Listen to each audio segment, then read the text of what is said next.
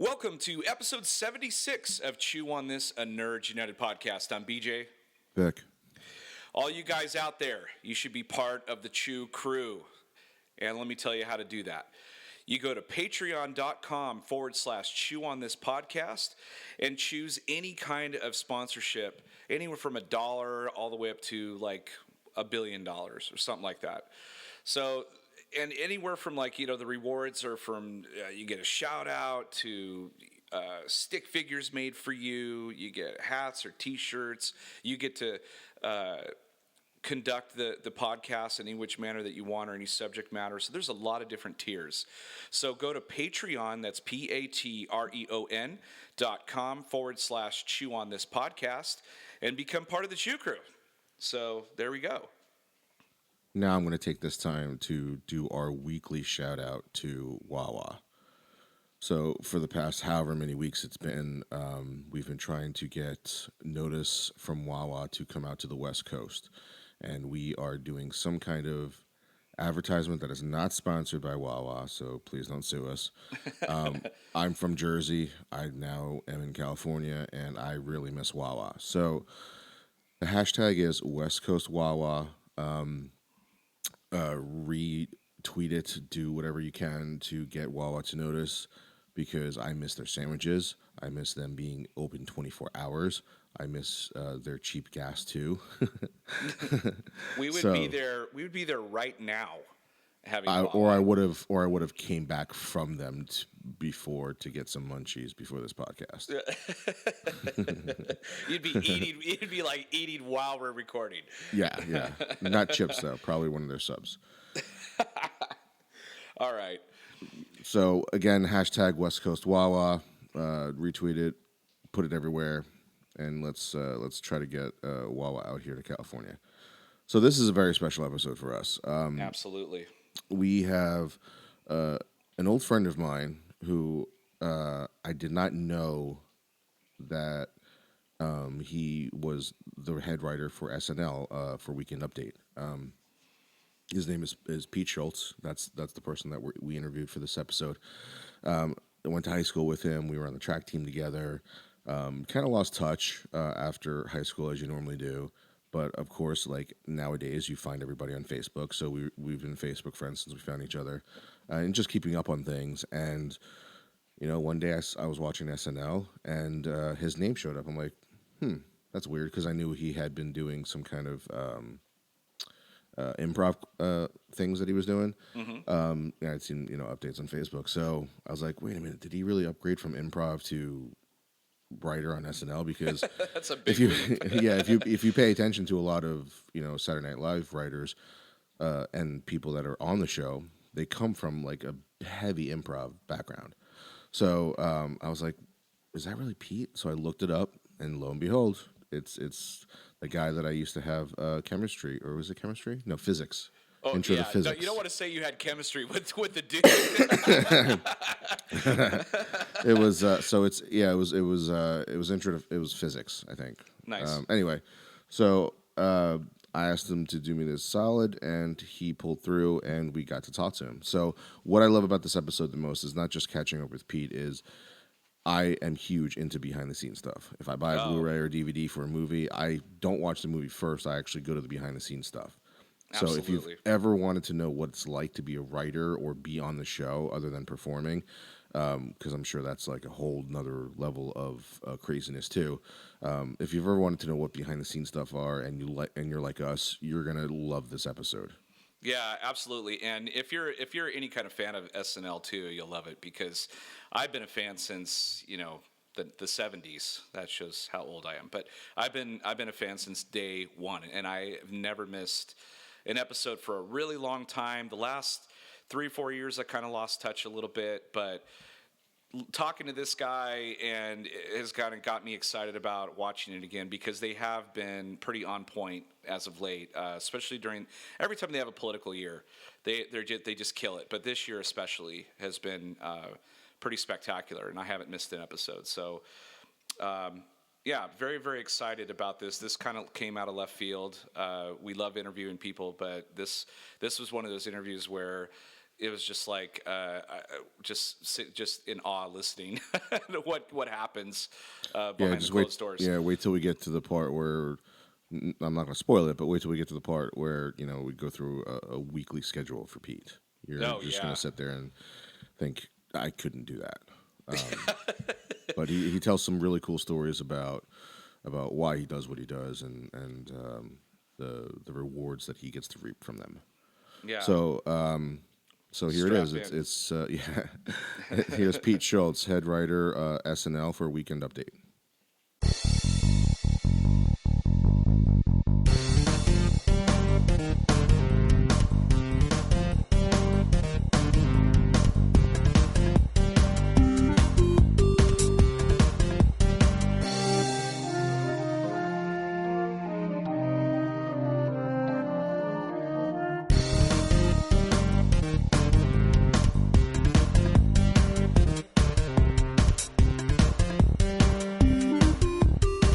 I just hit the record button because whatever, we're here.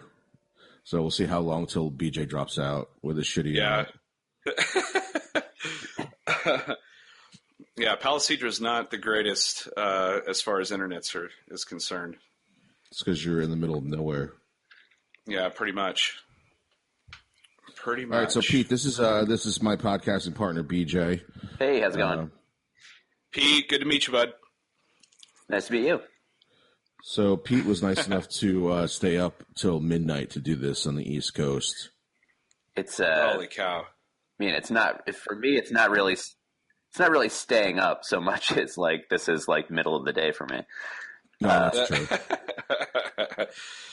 That's crazy. All right, so let me do a little introduction here for anybody who doesn't know who we have on now.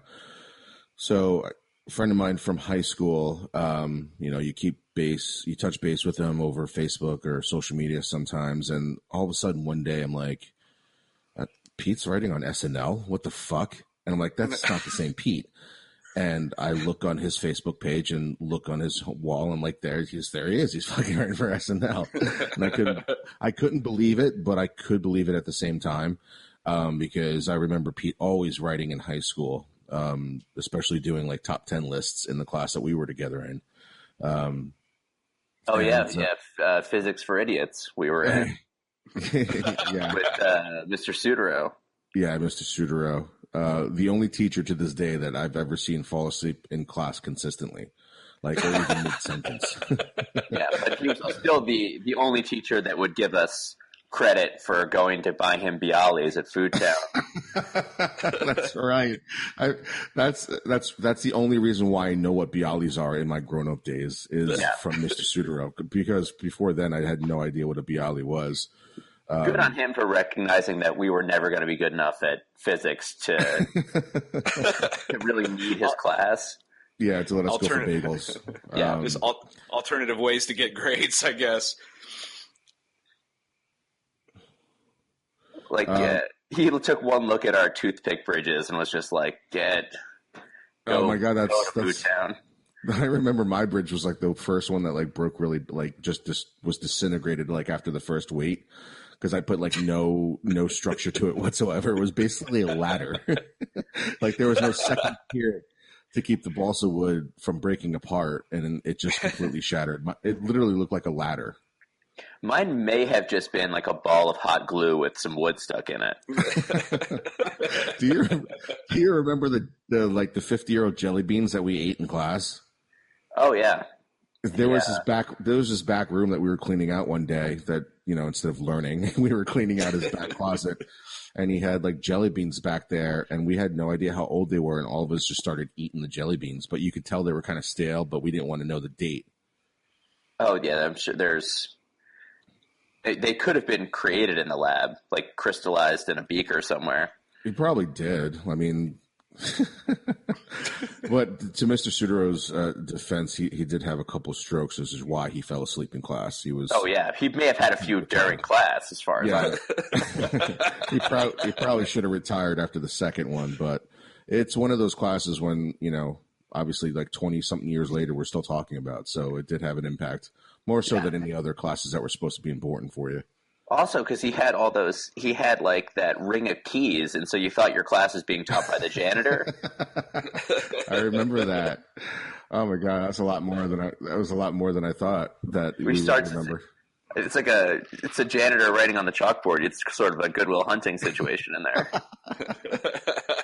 Only this one drools and loves Bialys. Yeah. Did you guys learn anything in that class? Oh no, absolutely not. We found the exam, the final. What? Oh yeah. We found the exam in there, and this is how shitty of a student that I was. We found the exam. I still didn't even study. I didn't even look for the answers. I was just like, fuck this class.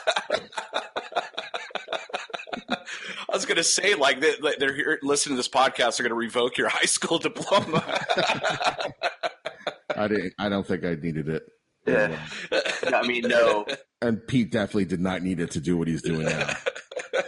They're like, They sorry, certainly Pete, didn't check. you're fired. I doubt Lauren Michaels was like, "What did you get in high school physics?" Bring me some Bialys, bitch. I hope it doesn't come up. You could not build a bridge that lasted like for up to the 10 pounds. He would be dismayed to learn.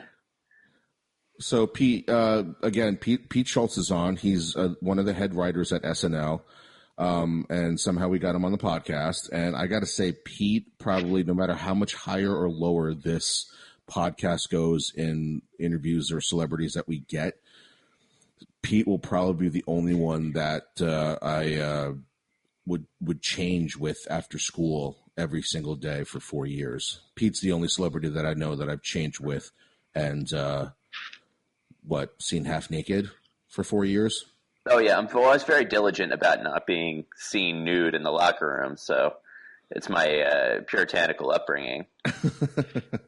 Yeah, so Pete has that nice distinction of being the only one that I've seen half naked for almost 4 years. Oh, well, I should probably say that we were on the track and field team together. Yeah, it's not just in general. Yeah. I mean, I assume that people know all this stuff, but no, they don't. They've deeply researched us both, but yeah, I don't think on your IMDb page it said that went to track and field and changed with Vic. I mean, well, you would assume just through our mutual, track experience.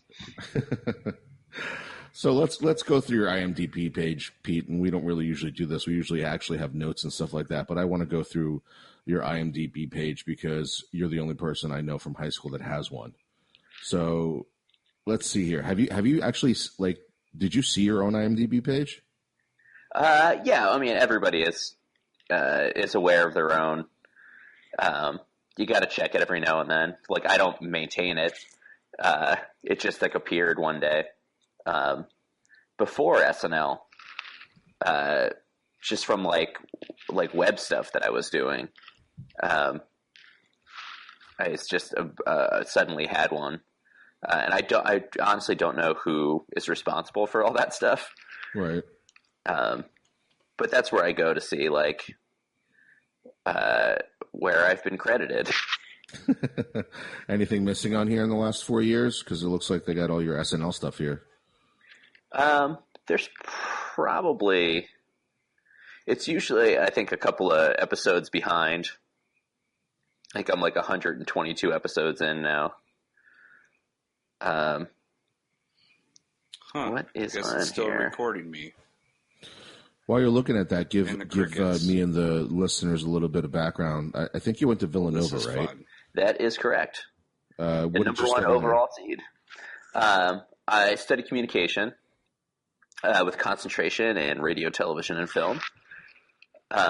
So that sounds sort of like it is related to what I do, but not entirely. Right. Didn't have a ton of overlap, but and I ran track there. Oh, did you get a scholarship for track there, or you just walked on? No, I walked on. I walked on as a junior. I just was kind of tired of of not running, and I had been training because like Hyatt and Anklowitz and Klophouse, all those guys, and Greer, like were all scholarship athletes. They were all running in school. Anklowitz was rowing for GW, so like over the summer they still like worked out all the time. And so if like I want to hang out with them, I'm like, I guess I better keep like running. Otherwise, most of your day is like running and at the gym and stuff. So Yeah. I did that, and then I just hopped in like a 5K, and I ran like way faster than I did in high school. And so I was like, yeah, maybe I'll try to walk onto the team. And then, lucked out with that and ran for Nova for 2 years. That's good. Yeah, you kind of get that bug back for playing sports after I quit football. I actually went to places for football, but I stopped my junior year. But then I got the itch back. But by that time I was already graduated, so nothing around but like flag football. But that itch of just playing, I never got the itch back to throwing shot put though. That never came back. That's not a lot of people that just like do that in the backyard. Yeah, your backyard would be not easily accessible for walking purposes. Broken ankles.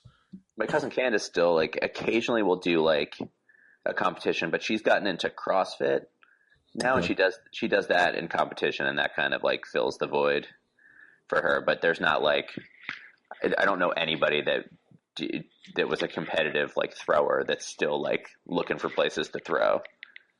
It does. It takes a toll on you. I know, like, only playing to my junior year in football, and still constantly throwing the football after that. My shoulders are messed up and my knees are messed up. Just takes a toll on you. If I knew like what I wanted to do before that, I would probably never played high school football, and then have to pay for it now when I'm playing. Trying to play with my kids or take them to the park. Oh yeah, I always thought like I enjoy like playing like tag football or something like that, but like I always thought that like I'd be like a decent receiver for one catch, and then I would be like broken in half by a hit. Well, you definitely had the length, the body length for it, for a receiver. You definitely had the speed. You might have had to bulk up a little bit though. Oh yeah, I would like. I don't like the concept of grown man running into me at full speed. It's amazing how much like when you reach a certain age, you're like, I don't want to get hit anymore, and it's not fun. Like playing football like that whole time, it's part of the game. You don't even think about it. But now when I would play like flag football, I'd be like, I didn't even want to be touched. It's kind of crazy because like how much damage you'll be causing. Like, you're not doing this for anything anymore. You're not going to make it to the pros.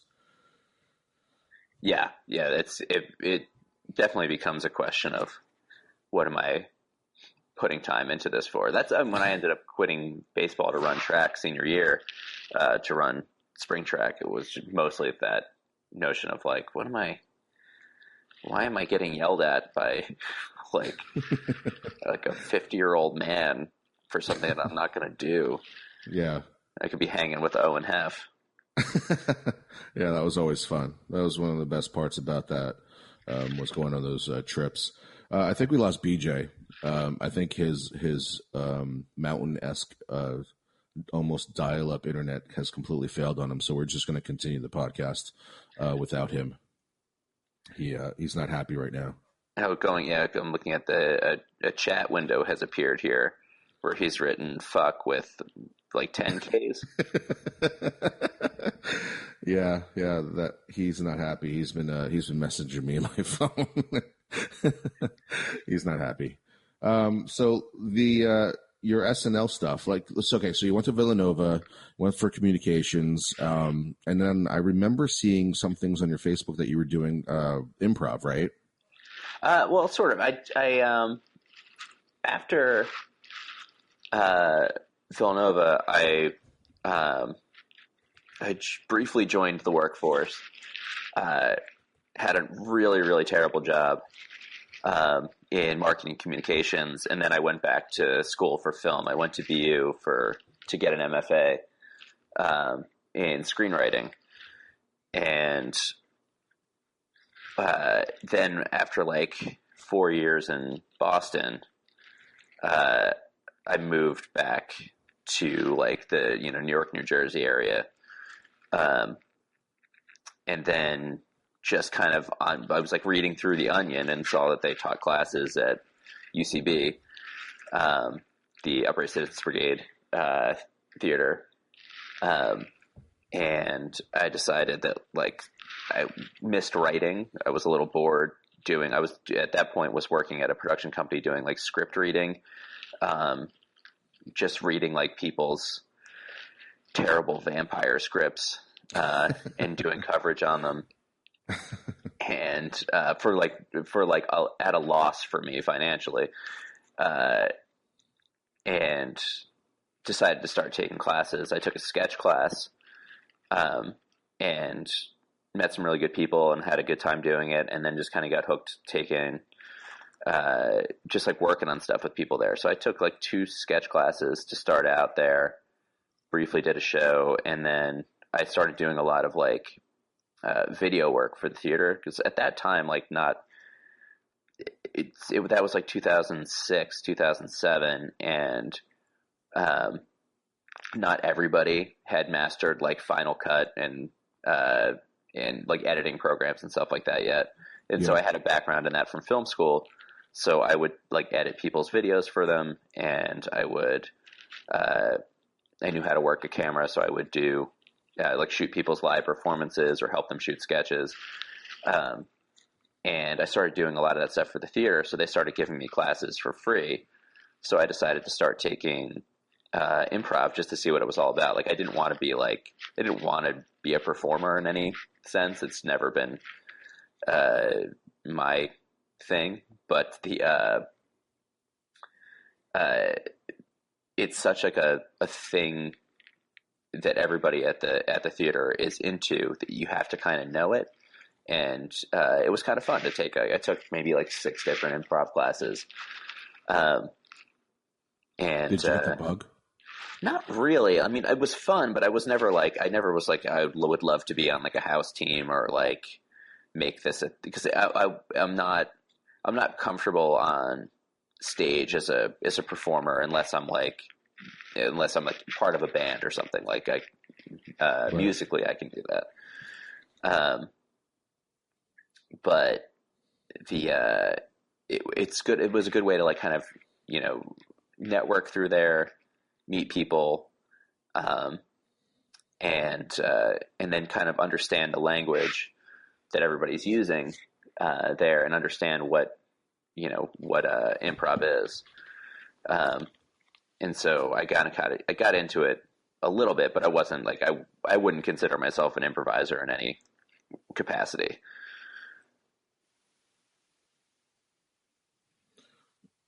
Okay. Well, what about so from there?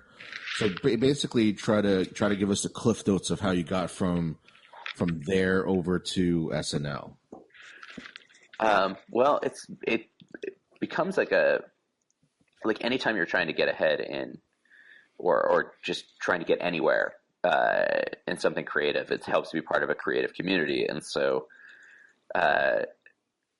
The idea being that like there's other people there to push you. There's other people to collaborate with at any given time if you want to like make a video or you want to write a show or something.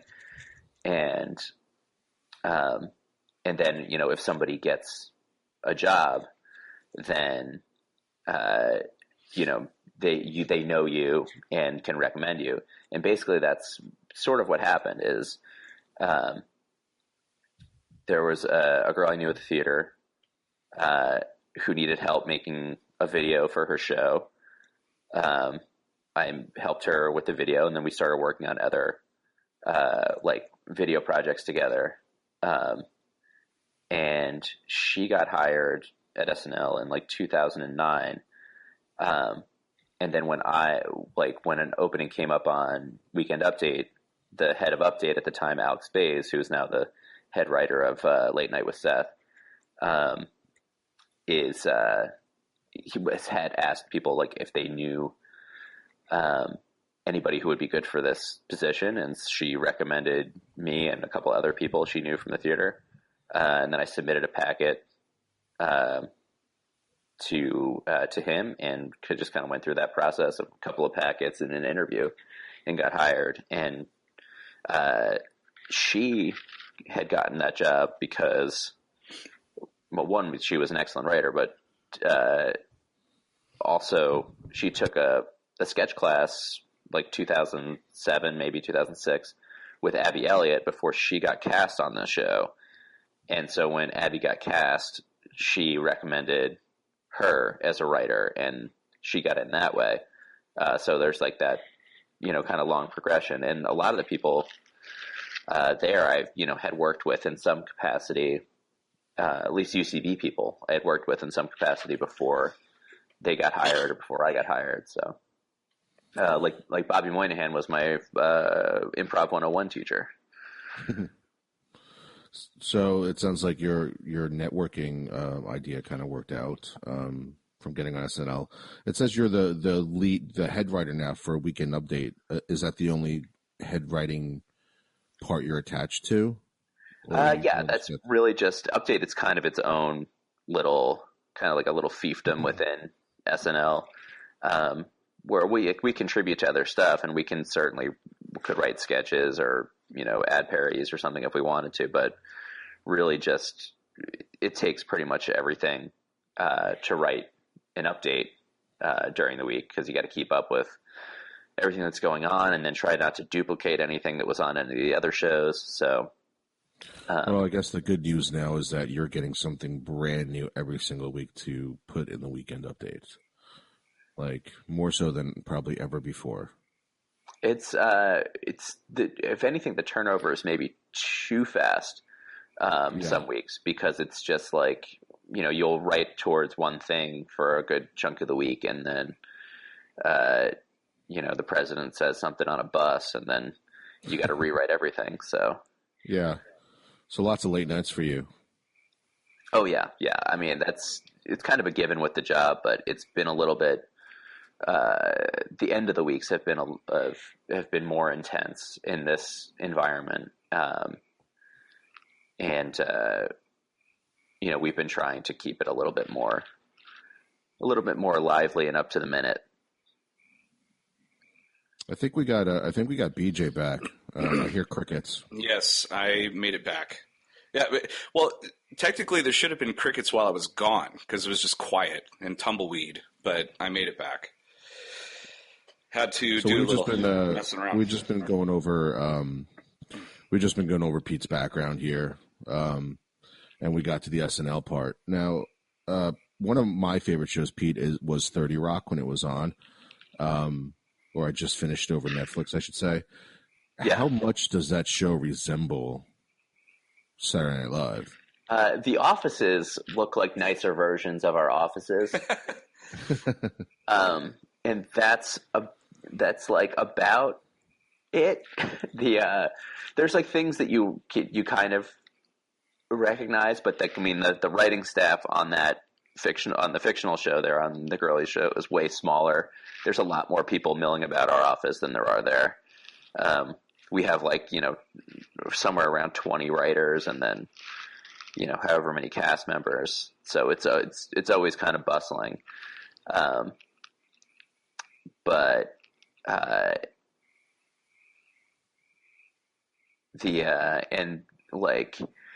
the portrayal of comedy writers there, I would say, in that show is like a little extreme, maybe. But they're types. Like, those people are all in that. I can only guess who they're based on.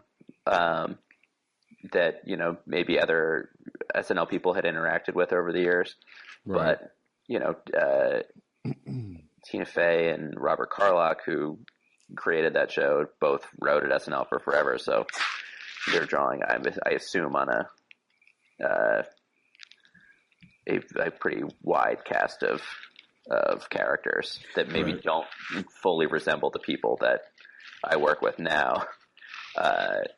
Yeah, because the writer's room in that show is it just seems a little like way over the top, but yet at the same time you probably know people that are like that, just not as exaggerated. But Yeah, the writers' room always seems like it was really goofy to me. It at most reminds me of like Thursday rewrite tables, like where after they've picked the show on Wednesday, they split the writers up into two halves. Hmm. And one team goes downstairs to the ninth floor writing room, and one team stays upstairs in 17 and rewrites the sketches. And so that, like, it looks, when they have like scenes with the writers, that's sort of what it most resembles. But a lot of the job is done in your own little office, kind of holed away in this ancient building. So Pete, do you have like any ideas that you have, and then they get shelved, but then like way later down the line, you're like, oh, I got this idea, that's still sitting up there, and then you pull it down and actually like present it, or maybe an idea that didn't work, and so you just kind of threw it away, but then you ended up using it at some point later on. I think the sketch writers probably have more of that experience where they would, they would write something for one host that maybe doesn't work out and keep it in mind and resub it for another host who has like kind of similar sensibilities, or, but as far as update goes, I mean, it's pretty much based on the week. Every now and then, like a similar setup will come up. Or like there's like a joke structure that you've thought of that maybe didn't work in your first year that you can make work in your fourth year or something. But it's not, it's pretty much like, every day is a little bit, it's weird. Every day is very new, but also very much the same, for updates. So it's just like whatever you're, cause it's so news based, and now it's, I think, since everybody in the country has become pretty hyper political, it's more political than it was when I started. Yeah, it seems that way. I mean, I've been watching Saturday Night Live. I was just telling Vic earlier, since I was 5 or 6 years old, and I've even gone back and watched the beginning, the first couple of years again because I was too young. And one of my favorite parts, usually it's the cold opening. It's the opening, and then the Weekend Update. Always couldn't wait for Weekend Update because the people that they had on there since day one. Who was it? Day one, was it Dan Aykroyd and Gene? Chevy was the first guy. Chevy Chase. That's right. Yeah. So, and then all the way till now. That's like usually my favorite part because it's like basically what's happening during the week, and then they just totally make fun of it. So. Do you like a couple questions? I got so many questions, but I gotta minimize it. But a couple questions. So one, like, what was one of your really favorite like updates that you wrote, if you can remember that? And number two, are you guys like, do you write all the way up until the show, like especially Weekend Update? Like something might happen like Saturday afternoon. You're like, oh man, like this is huge. I got to put this up tonight. Like, do you ever have any instances of that? We definitely do. We've actually had a couple of times where we've put something in between dress and air because something happened. Oh man, that was worthwhile. Like remember during the Republican debates, there was like that issue where like Ben Carson didn't come out when his name was called, and then Donald Trump stopped with Ben Carson, and they were both just standing there while everybody like walked past them. Yes, that was weird. And we were like, oh, we're going to have first crack at that, so we might as well try to write something on it. But we had to that happened while we were doing dress. Oh my gosh. And so once we got done at dress, I sit under the bleachers with Lorne at dress and watch on a monitor, and he gives notes and stuff. And then I go back upstairs to the update office on 9, and we kind of, we cut things that didn't work, and we kind of talk about how we'll refigure things. And then we all kind of watch this clip, and we're like, oh, maybe we should probably do something on this because, otherwise we'll never get to do anything on it because the other shows will chew it up. And so we called down and had the video team pull all the the video and edited it together for us, and we just kind of did like a very, very quickly wrote a little piece for it that was nice because we don't often get the first pass at something. Yeah. We also lucked out with that Access Hollywood tape. Like that was we had a full update written pretty much, and we're ready to go on because that tape was maybe leaked at like 4 or 5 on a Friday. Yeah, that's right. The Billy Bush. Yeah, gotcha. And so we had to, like, obviously nobody wanted to hear about anything else. So we had to rewrite the entire top of update. But I think it turned out well because that was like, if you're tuning into SNL, that's what you want people to talk about. Oh yeah, at that point. It was hysterical. I mean, you guys have been just so on the nose with everything. It's been a real treat watching that show because, like, you know, some people kind of go away from it and come back, but during these like right now, it really is a staple right now. Like it's even like part of the news now. Like it's where people get their news half the time. So yeah, it's actually been a real treat, you know, watching it, kind of rediscovering it, if you will, again. And it's really, really, you guys are on top of your game. Well, I think anytime there's like a political climate that people are really, really tuned into, that's going to help. Like I had a lot of years there where the main story coming out of Washington was like the fiscal cliff or debt ceiling or budget reconciliation, where you're like, nobody wants to hear about that under any circumstances. And then, like, what are the jokes? They're like basically like, oh, those clowns in Congress are at it again. Yeah, I should go back to like I feel like Billy Bush might be like the poor man's Kato Kalin in everything that's going on. Like, at least Kato Kalin got his like 5 minutes of fame, you know? Like Billy Bush was already famous, but then like ever since that happened, he's gotten. They gave him $10 million, so I don't feel that bad for him. But, yeah, I mean, but like, still, basically the deal is he got $10 million and he doesn't have to wake up at 4 a.m. Okay. I mean, I guess that's better, but the other dude went on to go be president. Yeah. And yeah, he still got fired. And yeah, he got 10 million, which is great, of course. But I feel like it still doesn't match up, maybe. It does seem crazy, but I also think, like, if you let people vote, they probably would have voted for Billy Bush to keep his job anyway. Yeah, that's true. And if that happened, we probably would have got a tweet about how that was fixed or something too. It's an unfortunate situation for him, I guess, but it doesn't sound like, on paper, it doesn't sound that bad to me to get like all your hosting money up front and get to sleep in. Yeah, no doubt. That's true. But he's like untouchable now, though. Like he's probably never going to get another job. We should hire him for nothing. Yeah, we should. $10 million. Yeah, he could come on the show and just, people might not listen to us anymore, though.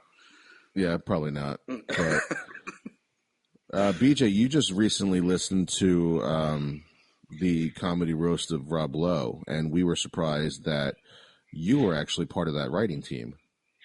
I did the Lowe roast and the James Franco roast, where I just like submit jokes from home, and that's nice. I use them where they don't. I laughed so I watched the James Franco one too. I haven't laughed that hard in a long time. Like I usually watch those roasts, but it's been a while. James Franco roast was solid from beginning to end. It was hysterical. I mean, there was really fun stuff in that. With so what I liked about that one is it was more like an old school roast. All those people were his friends. Yes. So it was like, you know, if you watch those old like Dean Martin and Frank Sinatra. Yeah, those are good ones. And like Orson Welles is roasting Dean Martin. That's awesome. And Ruth Buzzy. It's just like a bunch of people that all knew each other. And it seemed like you were listening in on something. And some of those, it's kind of like, why do you know this person? Right. Why are you here making jokes about them? But it's been a good place for people to get for comedians to get their names out there. Do you like doing the roasts because it's like an outlet to say shit that you can't say on SNL?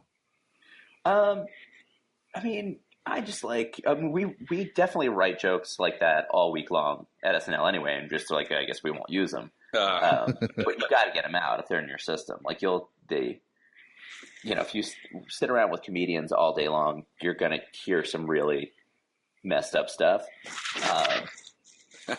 All obviously all in good fun, but it's not like I don't feel like I need a release valve after being in the writers' room there. You'll people are always trying to one up each other. And see how far they can go.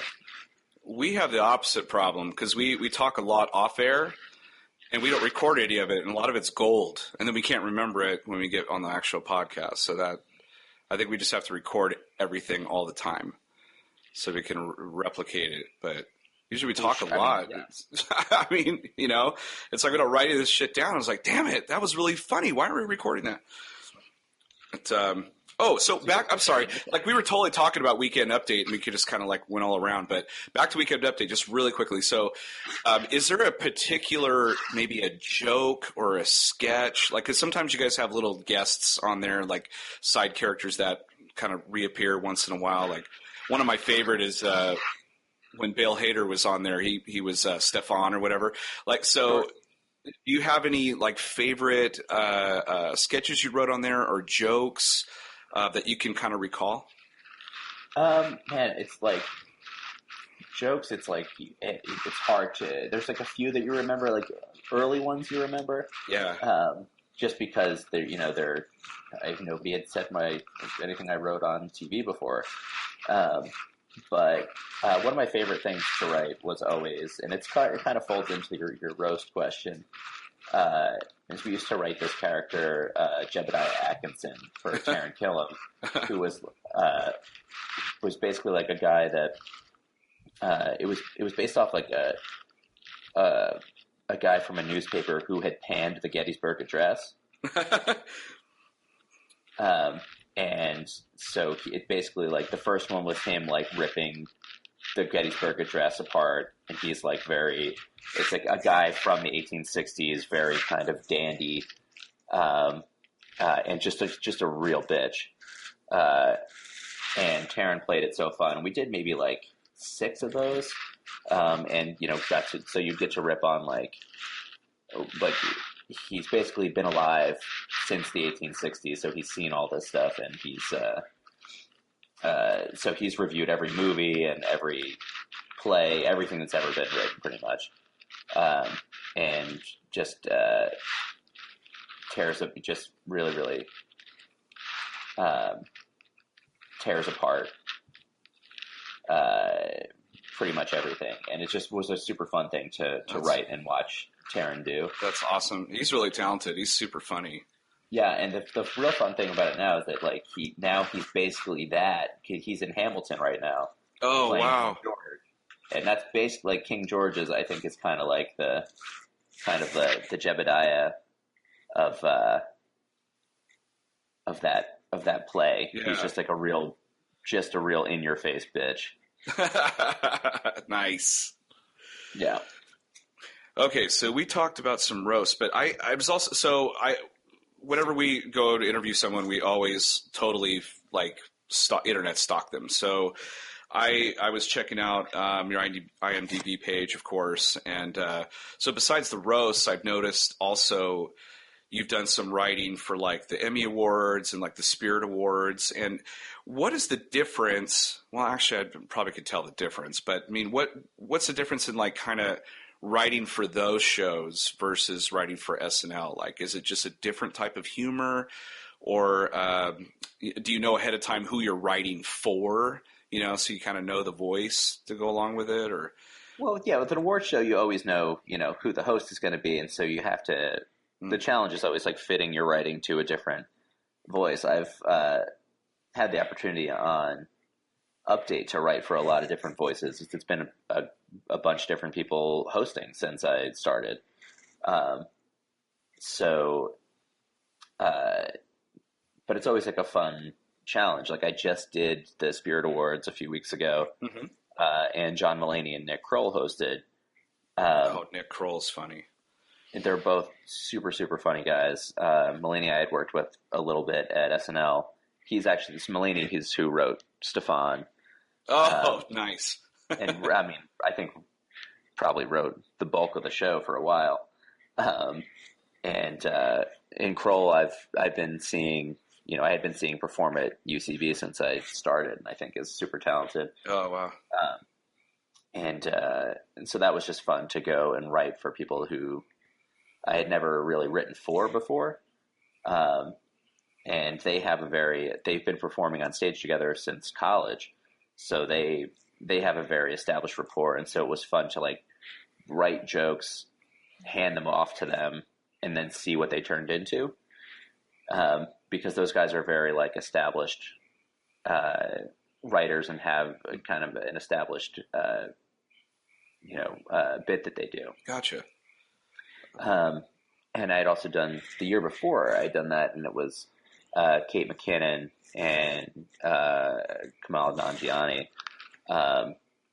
and those two had never worked together before, really. Oh. So that was a different challenge, but also like those are different strengths because like Kamal has such a defined comedic voice. Yes. And Kate can just pretty much do whatever she wants. Like whatever you give her, she'll knock out of the park. So I have never seen Vic and I have talked about this extensively off the podcast, but I've never seen anything like her before. Like she's like, I watched the show for years, so I love Kristen Wiig and Molly Shannon, like all the greats, all the greats, Anna Gasteyer, all that stuff. But she is very just unique. Like she could just like do anything. And while I wasn't a big fan of the Ghostbusters movie, but she was the best part of that whole thing. Just absolutely talented. And speaking of which, you wrote a little. Are there like trailers like for faux movies that are like people are doing? But like I watched something called Falling for You. Yeah. That was there. Every now and then I'll do some directing for Above Average, which is Above Average is like the web arm of Broadway Video, which is Lauren's production company. That's who like produces SNL and 30 Rock and things like that. And Above Average does all their web stuff, and so I've directed a couple of web series for them. And my friend Brandon wrote most of that of Falling for You, and just directed that over the summer. Just like some like fun things that we do on the side, and like that. I like to keep try to keep up with some directing chops because that's something I'd like to do in the future. So, that's really cool.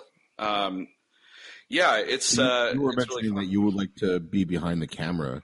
Like that was like one of your first starts was directing, right? Like getting behind the camera, then you got into the writing aspect of it. Yeah, I mean, ultimately I had gotten into, but what I really wanted to do was just to be a screenwriter, which is not like a job you can apply for, obviously, and I had no idea how to get to that point. But that was like my high-minded idea at some point in college was like, when I get out of here, I'm going to be a screenwriter. And so I took every step that I could figure out on my own, but there was nobody I could ask about how you do that. Yeah. And so I ultimately was trying to get back to that, and then kind of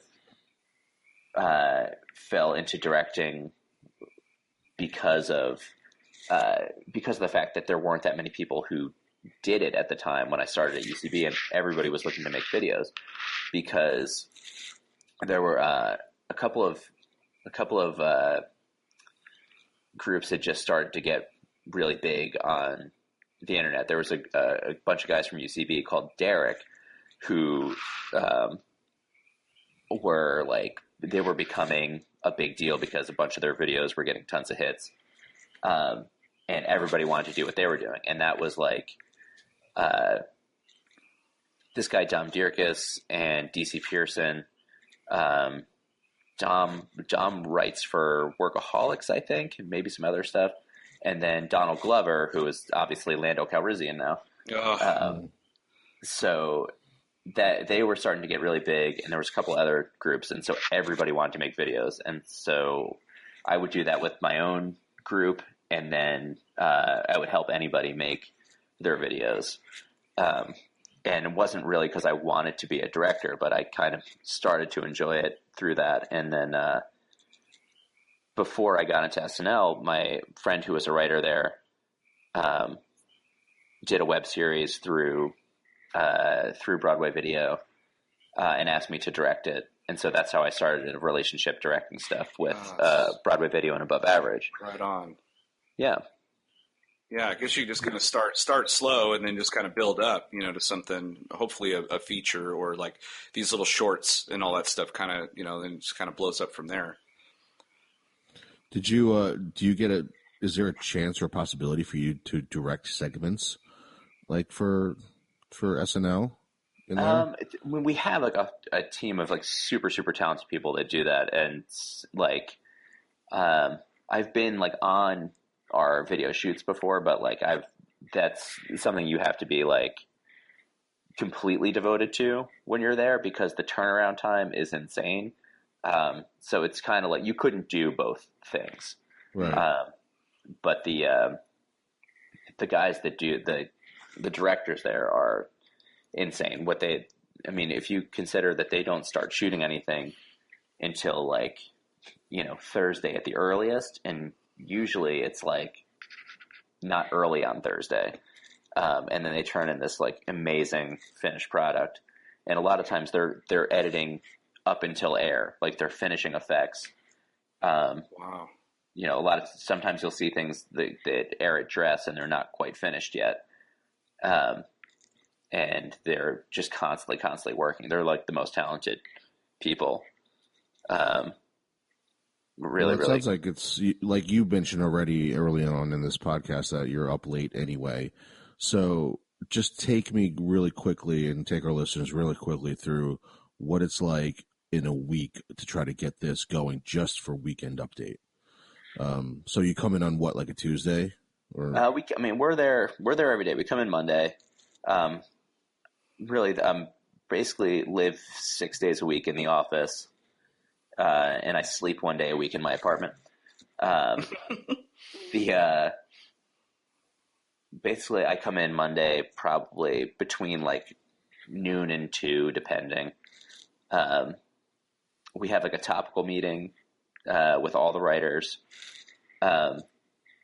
We get the sense of like, what the host is going to do, what guest stars might be in town, like that kind of thing. And then just like, what are the general things we want to talk about during the week? What kind of things should all the writers maybe think about focusing on? And then, usually like Jay and Joe stop in on Mondays, just to kind of talk over, either the last week's update or, something they've been thinking about doing as a general idea, like maybe like it's something we would do in the second act of Update. But either way, I'm there like writing probably until 8-9 o'clock on a Monday. Tuesday is writing night. That's like where everybody is there super late. So I come in again probably like 1 o'clock or so. I usually leave before 3 a.m., but I'm usually just there to be like, to not only work on my writing, but like if people are writing, the sketch writers are writing features like characters to come on Update. I like to be able to read them over and give them notes especially if they're newer writers. Or help people, with their, with the feature that they're working on. And Wednesday you have read through, so you have to read through all the sketches that got through to the read. So they read, a little less than 40 sketches every week at the table, which takes a few hours. And then they have to pick the show, and then we, so I'm there probably till 10 o'clock most Wednesdays. Then Thursday and Friday is really when now we kind of have a sense of what it is Jay and Joe want to talk about, what our features are going to be, and we can kind of write to that and try to write our bigger ideas, our bigger takes. And so I'm there, probably till 11 on Thursday. Friday nights, if I'm out by 2, I'm very lucky. And then Saturday, you're obviously there, through the end of the show. So you come in at noon and you're there rewriting up until the very last minute. Wow. And like, you'll even be like, you'll at cards, I'll be down at cue cards with changing wording up until the very last second. Wow. That's insane. That's insanity. But no wonder you don't want kids or don't have time for kids right now. I'm surprised at the number of people that do at the show. I mean, there's a number of people that don't, but there's like, I don't know how people pull it off. That's crazy. I'm thinking about knowing what New York City is like, and having to do that, and that's just nuts. I mean, I don't think that show could probably exist anywhere else. Then it's like the perfect setting for New York City to have that show. I mean, you couldn't, if you pitched this show now, they'd laugh you out of the room. Like you couldn't, if you're like, oh, it's going to be 90 minutes. It's going to be live. We're going to write it the same week. They would be like, you guys are insane. Why would you do that? The only show that I can think of that comes close to that of the tight deadline of writing up until it actually airs is probably South Park is the closest I know to that, because those guys are very topical now all of a sudden, and they write and animate up until launch time, which is crazy too. I think and it's all because of those two guys. I lost they you don't have guys. 20 writers. It's basically just Matt and Trey doing it. Hold on a sec. What's that? Oh, I lost you guys for a minute there. Oh, I was mentioning about. Did you hear me about South Park? I heard you say South Park, and that was the last thing. I was just saying, I was saying that that was probably the closest that comes to the up to the date, that they were really topical, and they, it's only Matt and Trey that come up with the stories, and then everybody else flushes it out. I think Hader even was over there helping writing too. Yeah. Hayes, I don't know if he's still doing it, but he was for a few years. A buddy of mine, the guy that I was in a band with in college, was a production assistant on South Park for a while after he graduated, and would talk about that deadline and how crazy it was, and describe that whole process of how it's like. I mean, it's like beamed to Comedy Central the day of the show, right? And they really come up right against that deadline, and that's insane how they. I mean, to do an animated show like that. And also for it to be, it's still so good. Yes, it is. I think it's one of the better. I think a lot of people take that show for granted because it's a cartoon and it became famous for kids, just little animated kids cursing. But the show is really smart in how they come across make their points. Oh yeah, it's it's one of the few things that I make a point to tune into, because during the week now, especially during the season, I only really watch. The only comedy I watch is things where we might have a bump, where I might I don't want to do the same joke that Colbert does or that Trevor does or something. So I watch at work. We'll pause to watch Jimmy's monologue, and we'll watch Seth's first segment because we can watch them when they're recording them. Right. And then I always watch Colbert when I come home, and Daily Show and all that stuff, just to make sure that there's no crossover in what we've been writing. And so you're not even watching it for enjoyment at that point. You're just kind of it's like you're reading it. It's almost like reading a transcription to make sure that So it's like things that I used to like. I used to really, really enjoy watching those shows, especially like Colbert and Daily Show. And now it's purely for just like, I hope that we don't do the same joke. But the South Park is one of those few shows that I'll be like, I have to watch this. Other things I'll catch up on afterwards. South Park and Rick and Morty are the only comedies that I kind of like make a point of watching during the week that aren't topical comedy necessarily. I love Rick and Morty. I can't wait for season 3 to pop back up this summer. So you just gave us that really ridiculous time frame of a week in the life of a head writer for SNL. How do you guys come up with the fact that like when you had Melissa McCarthy on, or almost every week, and Alec Baldwin on it almost every week? How do you guys like? Do you call them up and say, "Hey, would you want to do this?" Or like, how does that work? I think that they get a sense ahead of time. Like usually we'll hear like Monday if those people are in town, if they're available, if they're willing to do something. And it's really kind of based on that, which is like, it's a really a big challenge for the head writers on the sketch side that, don't necessarily know who they're going to have access to from week to week. But you got to go through the same thing, though. I mean, you guys don't have it reoccurring like they do now because every week there's something with the president and the press secretary. But when so there's times when you got celebrities just popping up on the update. Like, how do you just run it by Tuesday, and or Monday, and then try to get it approved as early as possible, or how does that work?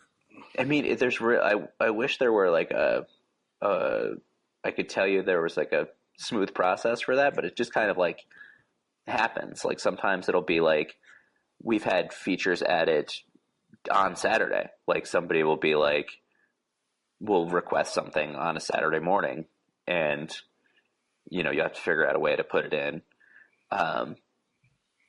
But it's not like it's very rarely at the beginning of the week that they'll be like, this guest star wants to do update.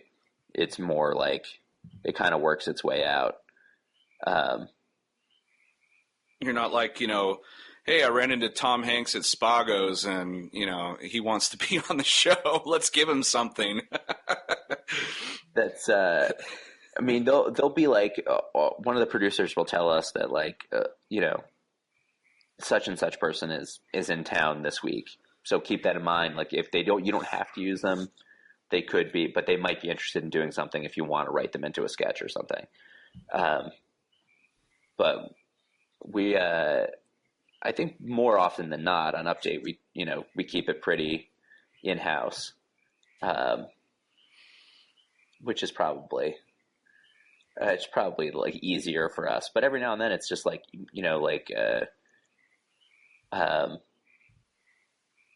like we had, Tina, I think, had an idea for a feature for Philly voters. I think that was her pitch. Mm-hmm. And so her and Jimmy Fallon came on and did like two people from Philly. That was like, but that wasn't something that we had on a Tuesday or a Wednesday. It was like later in the week, I think. Right. But it's also saying that you're like, I'm not going to worry about it too much because like Tina Fey is going to write it. So it's probably going to be pretty good. I don't think I'm going to have a lot of notes for her. So. That's awesome. Yeah, when somebody like that comes in, do you just sit there and try not to geek out or nerd out and just kind of like watch the process and try to take mental notes of what they do? You can't really geek out over anything. There's just not time to, and you get so used to those people being around. You have to be ready to pitch to anybody. My first year, I was very like, it took me a few weeks to get used to the people in the cast saying hi to me. And then it's one of those situations where you either get used to it or you can't do your job. Mm-hmm. So, now it's like not like it'll be after the fact that something seems weird to you. that's something that you'll appreciate it. But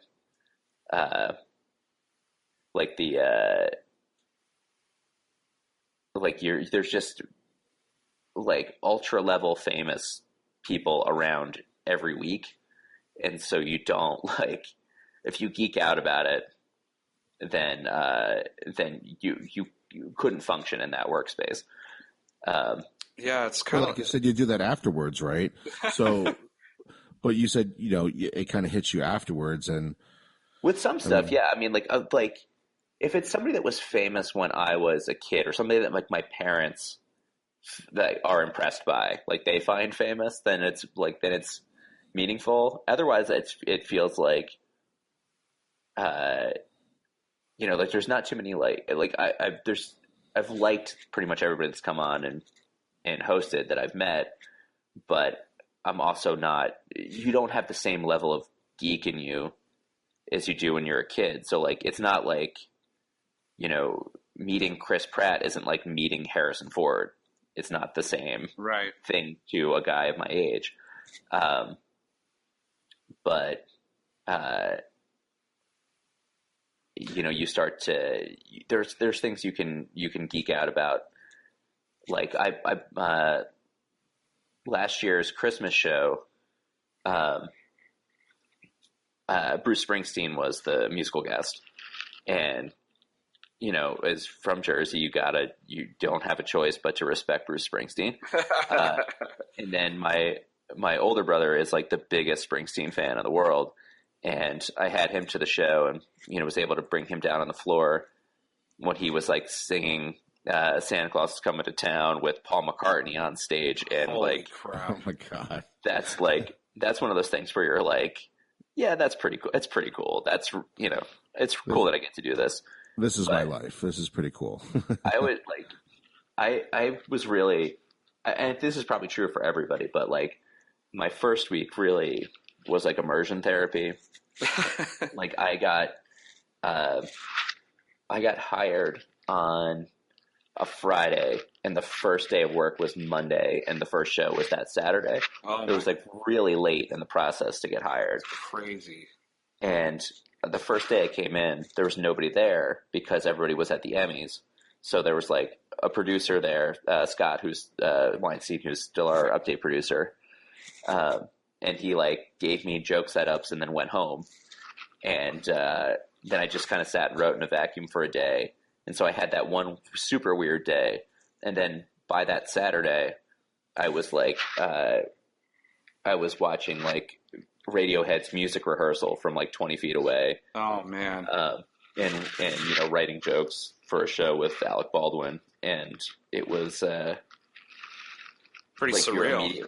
you're immediately thrown into it, and you're like, well, I guess this is just what happens now. This is just what I do on Saturdays. My Saturdays suck so much compared to yours. There's nothing wrong with a Saturday, like a what Will Ferrell would call a pretty big Saturday plan. Right. Go to Bed Can Bath you and name Beyond. drop?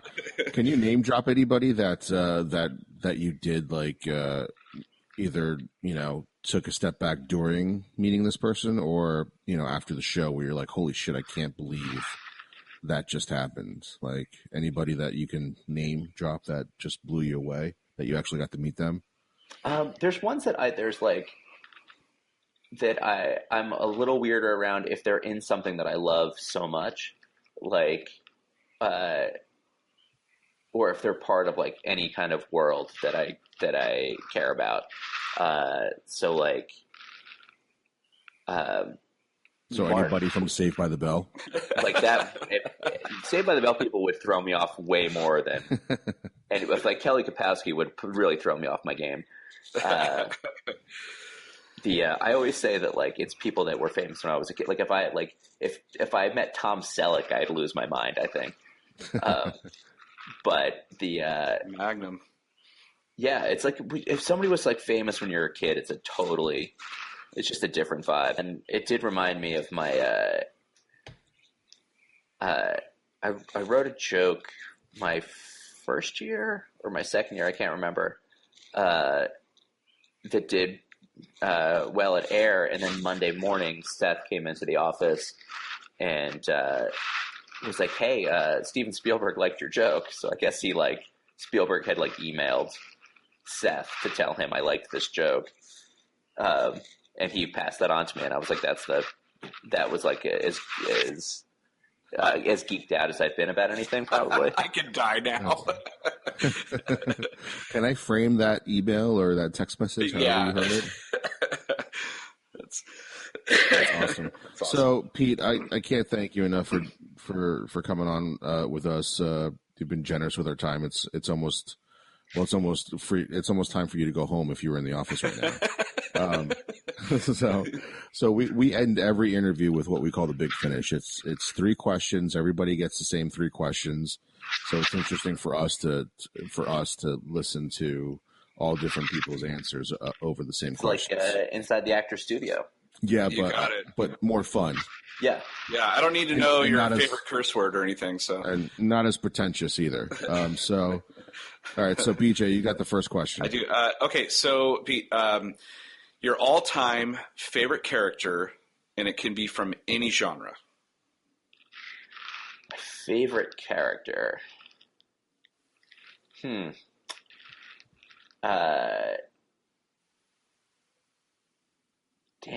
It's like movie character, are we talking? Or just any fictional character? Anything in movie, media. TV, comic book. Oh man, that's a real tough question. I guess I would have to go Indiana Jones. He's probably my guy. Nice. So if who would win in a fight? Would it be Indiana Jones or Han Solo? I gotta believe Indiana Jones would win one-on-one. Really? He'd kick Han Solo's ass? Like, blasters aside, I think that he would. Yeah, I feel like he could take more of a beating. Probably, they both very admirably took beatings on film, but and yeah, I guess they fought, real Nazis and space Nazis. They're very similar, but yeah. There's just something a little bit more rough and tumble about Indiana Jones. All right, we'll take it. Probably the time frame that he's in too. Yeah, less of a scoundrel. Okay, so you kind of already answered the next question. The next question is usually, what are you watching on TV? Is it like a must-watch for you? You already said South Park, so we also have follow-up questions that go with that. So my follow-up to the South Park, the TV show that you always have to watch is if Cartman was on Friends, who would he be dating? Oh man, I have seen all of Friends, but it's a long time ago, and it was mostly in the context of a relationship that I was like, I didn't willingly watch Friends after high school. I really like this girl. I'll watch it. Oh yeah. Oh, I dated her for 9 years, so I liked her. I liked her all right. Until the show ended. Made it a few years past the finale. I watched Sex and the City for that girl. Oh wow. Who would Cartman date? Well, who would Cartman date on Sex and the City?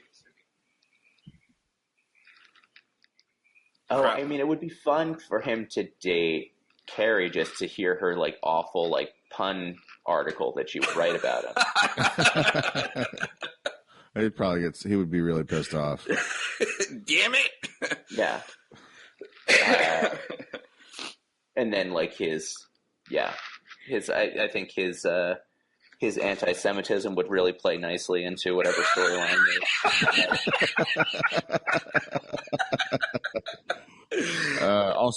Also homophobic too in that group would probably play pretty well as well. Oh yeah. That's probably not the ideal environment for for him. And That would be funny.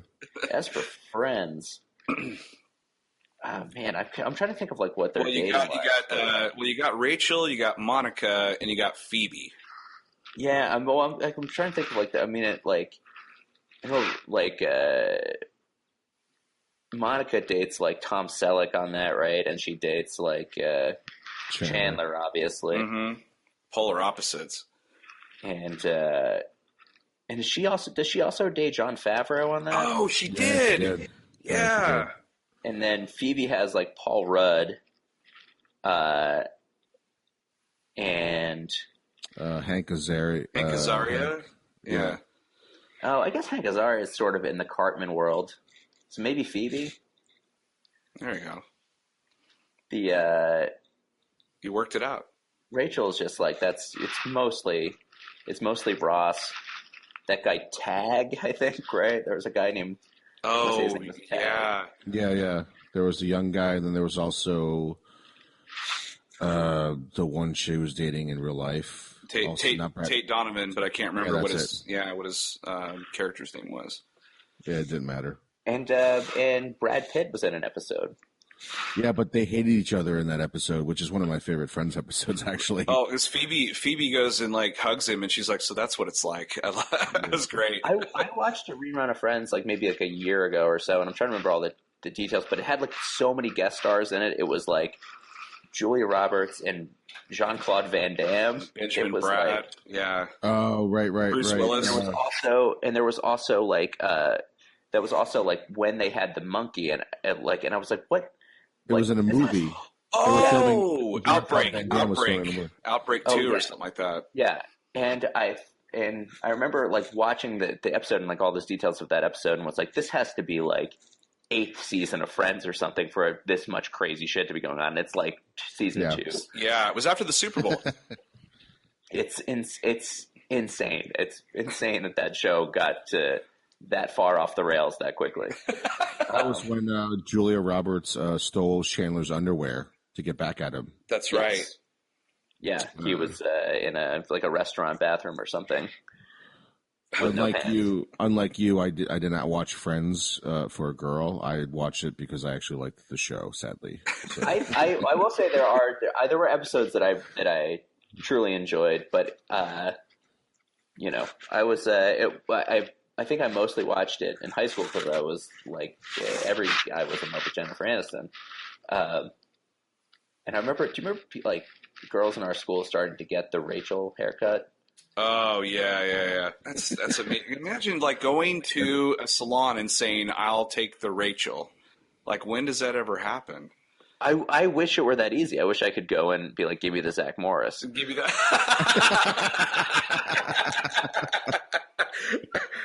But I have to like it's always like some really embarrassing exchange of like it's shorter on the sides and kind of like messy spiky on the top. Like it's not I wish they all had a name or a number that I could point to and be like, right, just like a meal, on a yeah.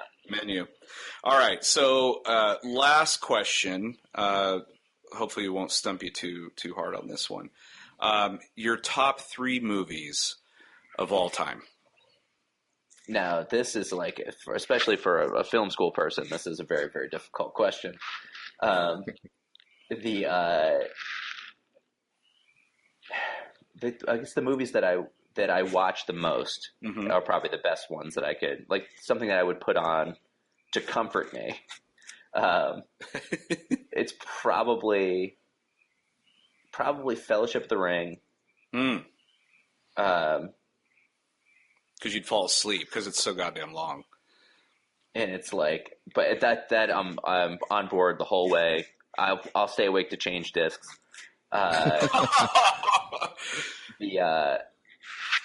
Then guess like my childhood favorite is Empire. Yes. All right. And a fun. My brother's kids have just gotten into that. And my niece, like the first time she watched it, literally like wet herself because she didn't want to stop the movie to go to the bathroom. Oh my gosh. She was like so into it. And like it's like I'm like I can totally relate to that because I've like definitely come close before. Yeah. That should be the new tagline of the movie. Yeah. Yeah, I pissed myself because I didn't want to go to the bathroom. I didn't want to miss anything. And then I guess like maybe toss up between like Die Hard and Back to the Future for like rewatchability. Mm.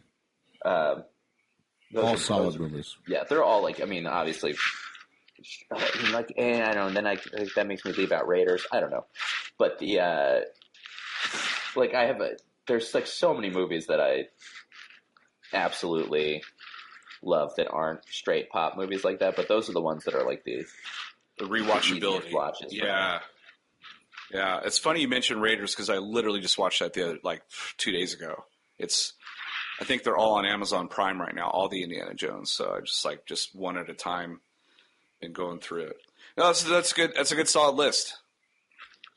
Yeah, they're like they're like the top grossing movies of all time. Yeah, I didn't want to give you my snooty film school answers, so. Until we'd never answer their know about other foreign films.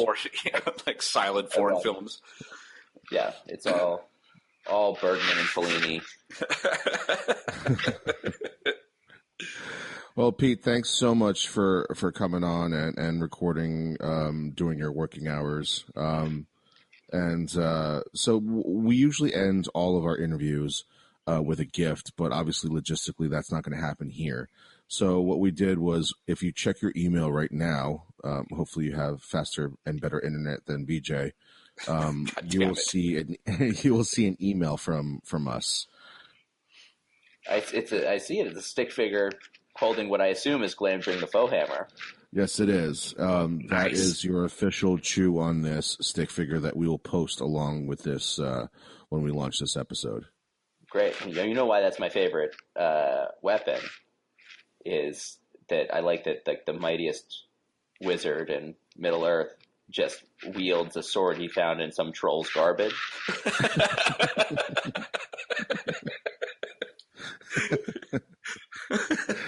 It's a real fun little thing for me. Awesome. Also, just calling something the faux hammer, Pete, thank you so much, man. It's really a pleasure getting to talk with you, especially on such a short notice too. That was really cool. I feel like I could probably just sit here and hear all of your stories of every single year that you've been writing for somebody famous. You could have your own podcast, man. Just tell stories. That'd be awesome. Or you could just come on to our show anytime you want. Right, exactly. Yeah. don't create unwanted competition, right? Yeah. Yeah, Chew on This presents SNL's Pete Schultz. All right. Well, thanks, Pete. I really appreciate it. That was Chew on This, a Nerds United podcast. I'm BJ. Vic. Until next time, folks, chew on that. Later.